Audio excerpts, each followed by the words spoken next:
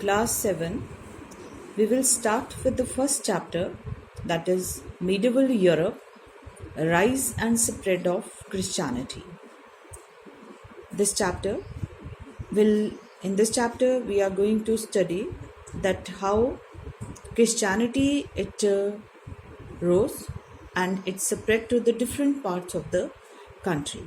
So first of all, what do you mean by the Middle Age?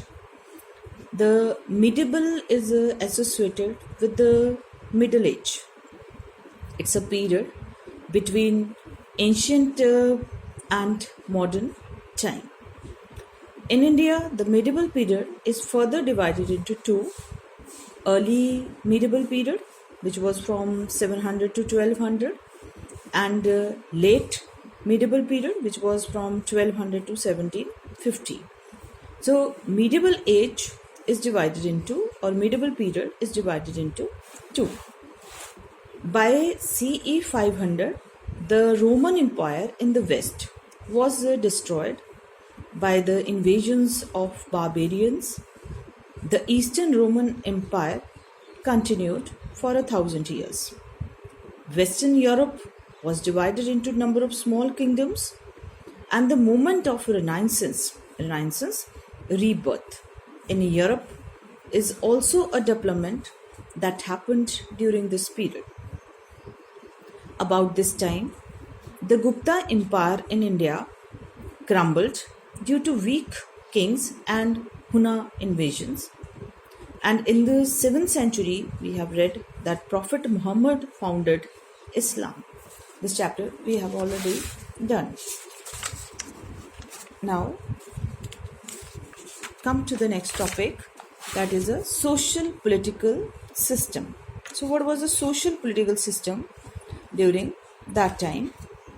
During the medieval period, many social and political changes took place all over the world. There was a general decline in trade and commerce, and land became the most important form of property. The political map altered due to the decline of the old kingdoms and the rise of the new ones. The system that developed in Western Europe during that period and later in different parts of Europe is called feudalism. So feudalism, the definition, it is given at the below: a system in which peasants received land and protection from a lord and worked and fought for him in return. So this is the feudalism.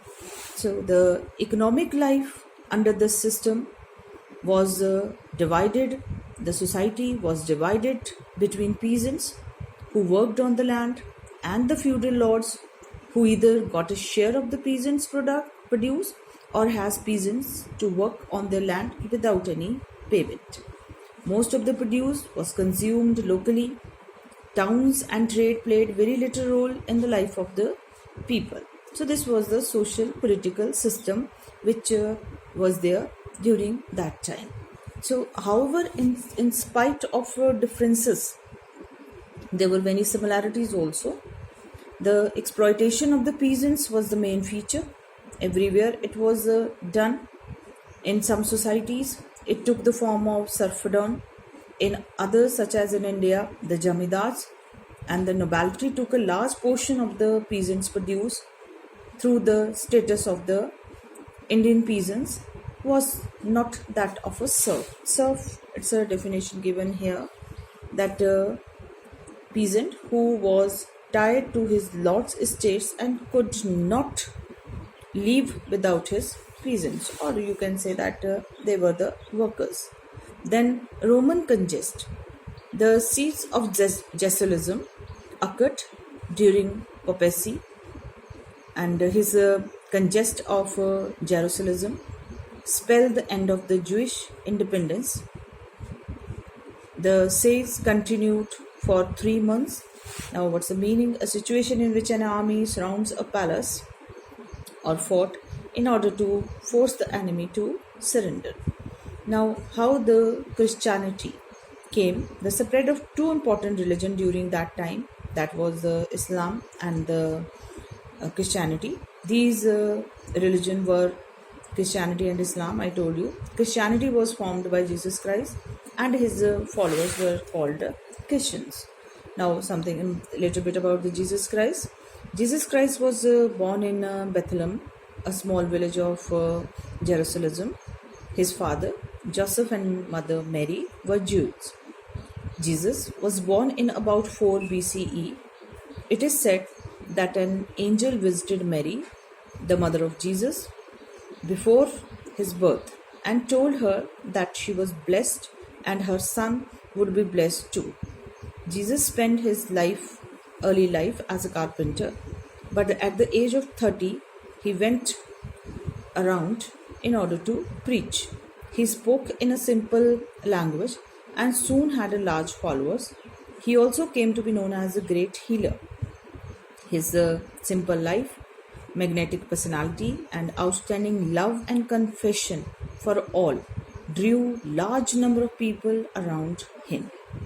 Jesus emphasis on one God and gave immense importance to love, brotherhood, and compassion.